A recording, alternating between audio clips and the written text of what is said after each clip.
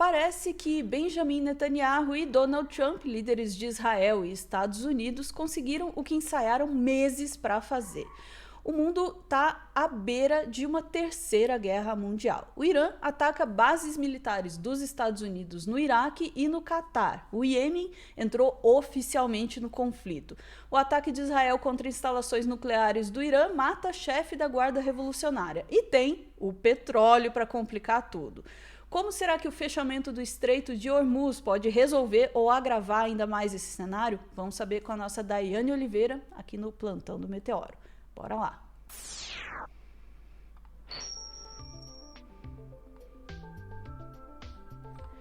Antes, eu coloquei a Daiane momentaneamente e tirei porque antes da gente falar um pouquinho sobre o que está acontecendo, é realmente uma situação muito tensa. Eu vou pegar um momento de brevidade aqui para falar, dar um recadinho a respeito de uma parceria que a gente está fazendo com a Vero Cafés Especiais. A gente tá ajudando a levar aí a palavra da assinatura mensal dos cafés da Vero. Vocês já pensaram nisso, em assinar café? Sério, você faz a assinatura, você pode escolher um plano anual ou um plano mensal e você recebe em casa pacote de café de pequenos produtores diretamente, né, dos produtores, eliminando aí um intermediário, ajudando a conhecer, né, produções mais diversificadas do Brasil. E eu vou te falar, eu sou a chata do café, tá? Eu sou a chata do café e eu amei o café da Vero, sério mesmo. Recebi aqui em casa café em grão, que eu adoro, daí posso fazer meu expressinho. É uma delícia mesmo, super recomendo. Todo mês tem uma curadoria inédita. O plano anual tem brindes, tá? E, inclusive, no plano anual, vocês podem receber brindes que incluem conjunto de xícaras, adesivo, prensa francesa, guia de preparo, é muito legal. E usando o cupom Meteoro, vocês têm desconto de 30% na assinatura mensal, ou ganha 4 brindes no anual, ou ganha 10% de desconto nos itens da loja. Super recomendo, gente. Vai ter o link na descrição desse vídeo. Usa lá o cupom Meteoro, que eu acho que vocês vão gostar do serviço. Eu tô sinceramente adorando. Agora, vamos lá. Depois de tomar uma xícara de café caprichada para enfrentar o que tá acontecendo no mundo, agora sim, vamos falar com a Daiane. Vem, Daiane. Oi, Dai. E Ana, tudo bem?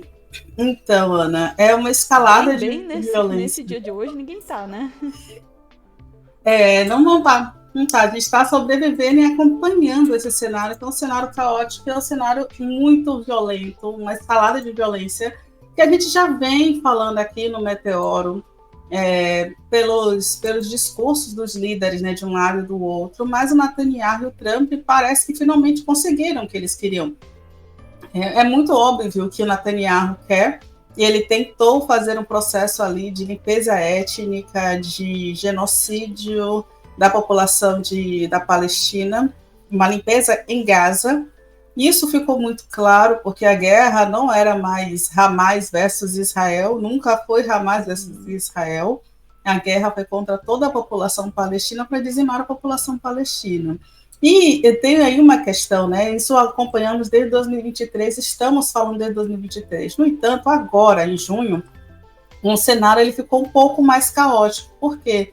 Porque Israel entrou com uma ofensiva contra outros países e que ele achou que faria todo sentido continuar essa ofensiva, porque até então ele vinha recebendo apoio não só dos Estados Unidos, como de outros países europeus que continuaram com o discurso de antissemitismo, de que Israel de fato estava sofrendo, de que Israel tinha todo o direito de fazer o genocídio da população de Gaza e matar milhares de pessoas, inclusive crianças, mulheres e idosos.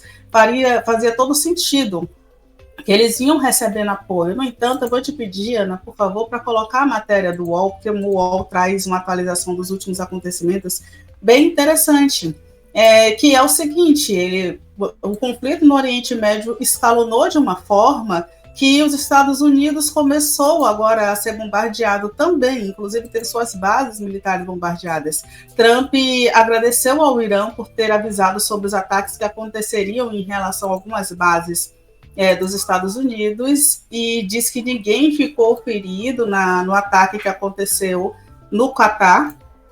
Mas é isso, o Trump ele já começou a receber uma ofensiva, porque as bases estadunidenses foram atingidas, o Irã atingiu a base do Catar, e o Catar disse que o ataque iraniano contra a base americana é uma violação flagrante, e o Catar, inclusive, classificou o ataque iraniano contra a base dos Estados Unidos em seu território como uma violação flagrante de sua soberania. O líder supremo do Irã se pronunciou após o ataque das bases, inclusive foi um discurso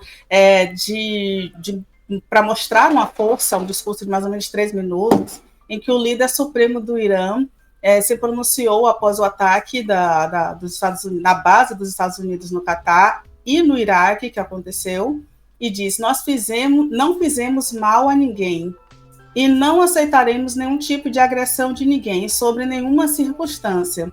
E não nos submeteremos à agressão de ninguém. Essa é a lógica da nação iraniana.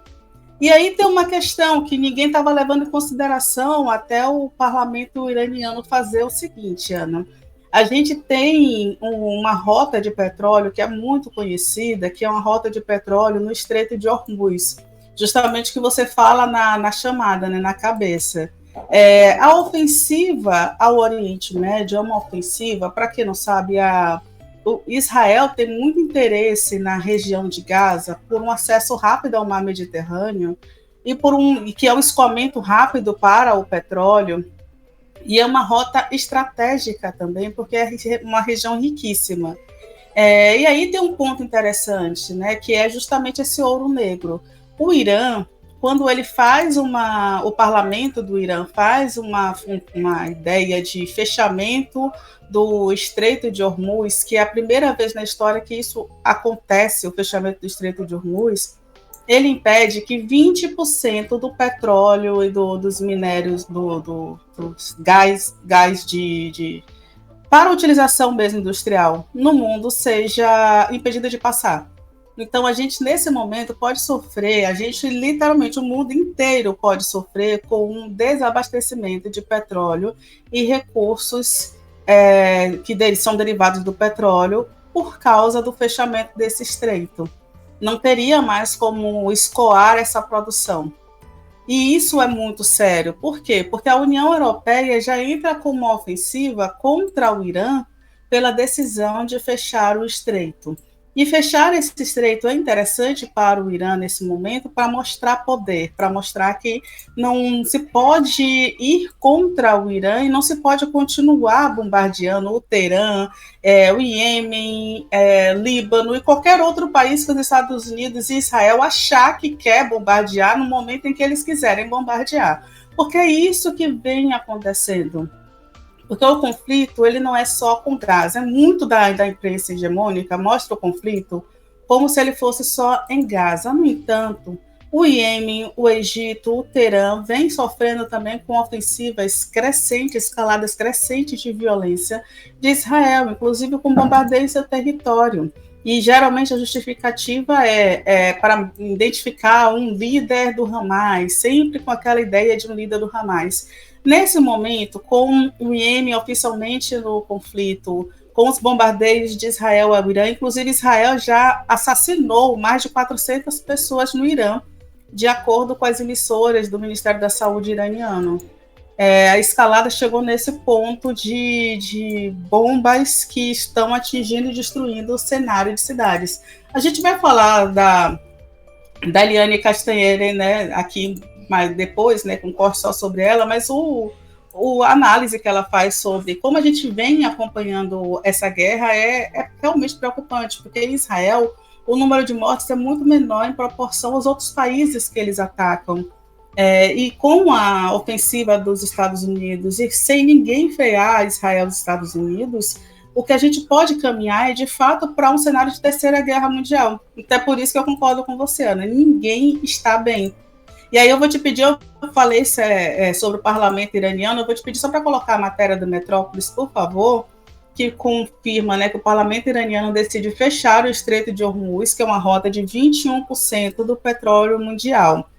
E essa decisão foi tomada no sábado, no dia 21, A decisão precisa ser aprovada pelo Conselho Supremo de Segurança Nacional e pelo líder supremo, Ali Khamenei. Gente, eu ouvi 500 mil vezes o nome do líder do Irã, mas eu não consigo reproduzir. Perdão, vou pedir perdão para vocês, viu? E aí tem a questão, né, que, de fato, a escoação de petróleo ficaria prejudicada. Não à toa, o Irã já sofre ofensiva de alguns países da União Europeia, que fala que é um erro gravíssimo fechar o estreito, e o presidente dos Estados Unidos, né, o Donald Trump, também informou, né, que as tropas norte-americanas bombardearam 3 instalações nucleares no Irã, isso foi no sábado, e que, de fato, impulsionou essa ofensiva para os conflitos do Oriente Médio e Israel se acalorassem ainda mais. Tem uma questão que a matéria do Metrópolis traz, que é de acordo com a Press TV, o parlamentar iraniano, Esmail Kazari, defendeu o fechamento da principal rota marítima do Golfo Pérsico, que é o essencial para a exportação de petróleo na maioria dos países da região. E aí, o que o parlamentar fala é que é o seguinte: o parlamento chegou à conclusão de que deve fechar o Estreito de Hormuz, mas a decisão final cabe ao Conselho Supremo de Segurança Nacional, que é uma decisão histórica, inclusive, desse fechamento, que vai atingir, e já tem informações até sobre os valores da Bolsa da Petrobras, e vai atingir o mundo inteiro. Com toda certeza, essa guerra ela não vai ficar apenas no Oriente Médio. Se aqui no Brasil os brasileiros estão fazendo vários memes, inclusive, que é, né, de várias linhas, inclusive tem até uma matéria só sobre isso. Enquanto o mundo se preocupa com bombas, o brasileiro se preocupa com memes. A gente deveria, de fato, estar um pouco mais preocupado com o que está acontecendo. Por quê? Porque ainda que a gente não esteja no epicentro do problema, a gente possa não ser atingido por bombas, economicamente a gente pode ser atingido sim, como nós estamos sendo atingidos por outras guerras como a Rússia e a Ucrânia. Então é importante que a gente traga isso. E outra coisa, Ana, eu vou te pedir só para trazer a matéria da CNN, porque o professor da Escola de Comando e Estado-Maior do Exército fez uma análise que é interessante. O Teixeira Mota, Sandro Teixeira Mota, ele, em entrevista à CNN, ele destacou diversos confrontos que já acontecem na área, inclusive guerra entre Israel e Hamas na faixa de Gaza e outras tensões que agora, como eu já falei, escalaram entre Israel e o Irã, o Iêmen e o Teherã, e conflitos também que já acontecem como no sul do Líbano. E ele fala que esse cenário, o cenário de conflitos no Oriente Médio, é um cenário de conflitos antigo. E ele confirma, ele ressalta que o confronto entre Israel e Irã é visto por parte da sociedade israelense como uma possível guerra que acabe com todas essas guerras. Existe uma percepção de que se o Irã for derrotado, a capacidade do grupo Hamas e Hezbollah seria significativamente reduzida. Então, é uma aposta dos especialistas que nesse momento, né, teria um escalonamento dessa guerra para a redução dela. Mas aí tem um problema, tá, Ana? E é um cenário que a gente já vê. A China se manifestou também dizendo o seguinte, que seria realmente um momento de conflito, de terceira guerra mundial, e é preciso muita atenção. A Rússia também se reuniu com o Irã. Só que a Rússia está resolvendo seu problema com a Ucrânia. A China, ela se destaca ao lado do Oriente Médio, mas ao mesmo tempo não entra em conflito para ajudar ninguém do lado do Oriente Médio. Então, por mais que esses líderes mundiais se aproximem do Oriente Médio, esses países eles estão basicamente sozinhos nesse momento. O que isso vai escalar muito é na ofensiva econômica. A gente precisa lembrar que logo agora em julho a gente tem o BRICS e aqui no Brasil. E eu acho que é esse cenário econômico e o apoio do BRICS que vai ser muito mais decisivo com esse escalonamento da guerra, porque de fato é uma guerra, toda guerra é sem sentido, vamos lembrar isso, né? Mas essa guerra é uma guerra por poder. E é uma guerra para decidir quem ganha essa narrativa de conflitos, de quem está certo e quem está errado.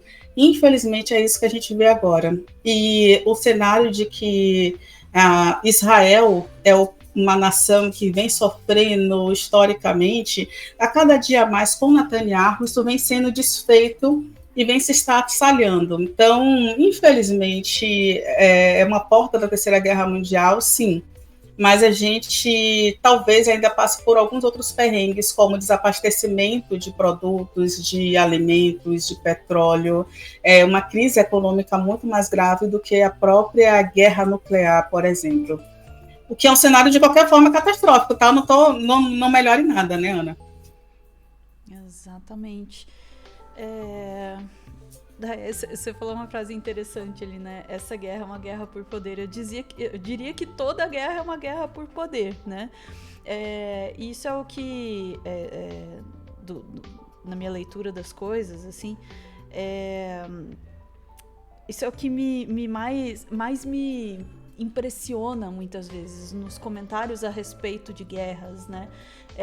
Como nós somos capazes de criar justificativas para coisas que pode ser uma leitura inocente, paz e amor, enfim, mas é a leitura que eu tendo a fazer.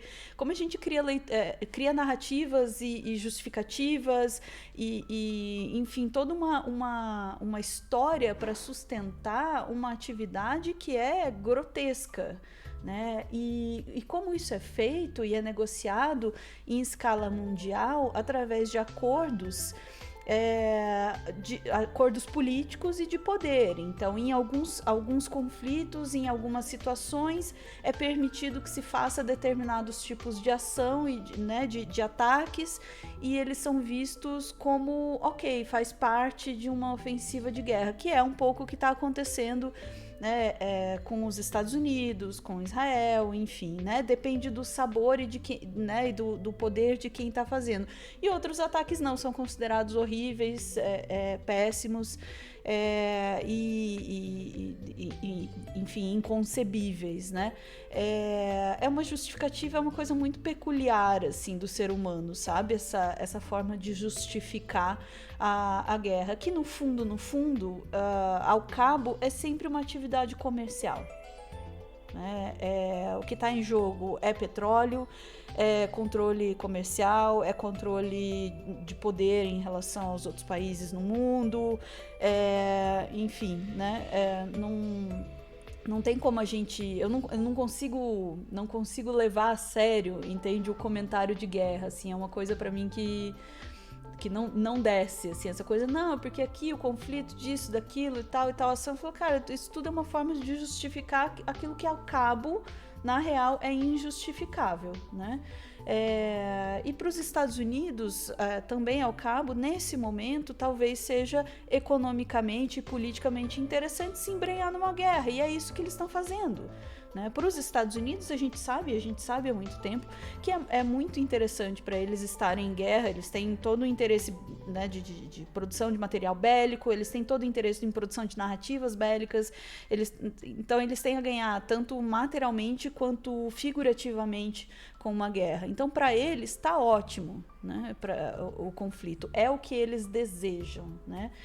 E é isso que a gente está vendo sendo provocado. Enquanto isso, a gente olha daqui e fala, mas isso não tem nada a ver com a gente, como a Dai estava comentando, né? E daí no link da matéria que você estava comentando, estava lá falando do parlamento iraniano, decide fechar o Estreito de Hormuz, tem consequências pra gente, né? Afeta o petróleo, o pessoal estava brincando hoje na internet, né? Daqui a pouco vai subir o preço da gasolina e vão dizer que a culpa é do governo Lula.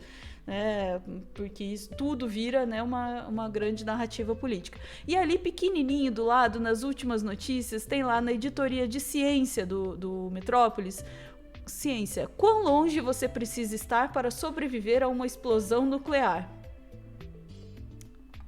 É disso que eu tô falando, entende? nem de um jeito nem de outro, a gente está separado desse tipo de coisa. Não só porque é um conflito nuclear, a gente está em 2025, todo conflito tem potencialmente um aspecto nuclear, mas também porque vai afetar muito antes de um conflito nuclear, já vai afetar a gente economicamente. Se não afeta, né, psicologicamente, se as pessoas não se afetam, eu me afeto, né, mas se as pessoas não se afetam psicologicamente pela morte dos outros, no mínimo vai afetar o bolso das pessoas e quem sabe as pessoas liguem para isso, né?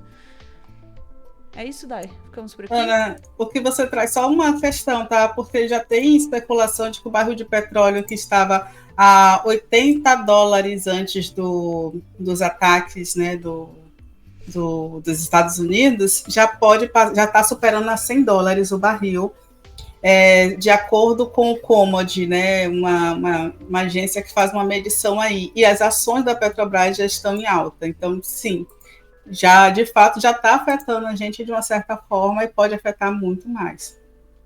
Aí vale lembrar uma coisa, tá? O governo de Bolsonaro doou, né, nossas refinarias, então nem tudo que a gente produz aqui no Brasil fica aqui, só para lembrar também. Exatamente. Alguém sempre ganha com guerra, sabe? E não é nenhuma das pessoas, nenhuma pessoa que morre, nenhuma pessoa que tá no chão, que tá recebendo as bombas. Curiosamente, né? Que coisa. Vamos lá. Chat, a gente volta em instantes com más notícias do dia. Exatamente isso. Beijos.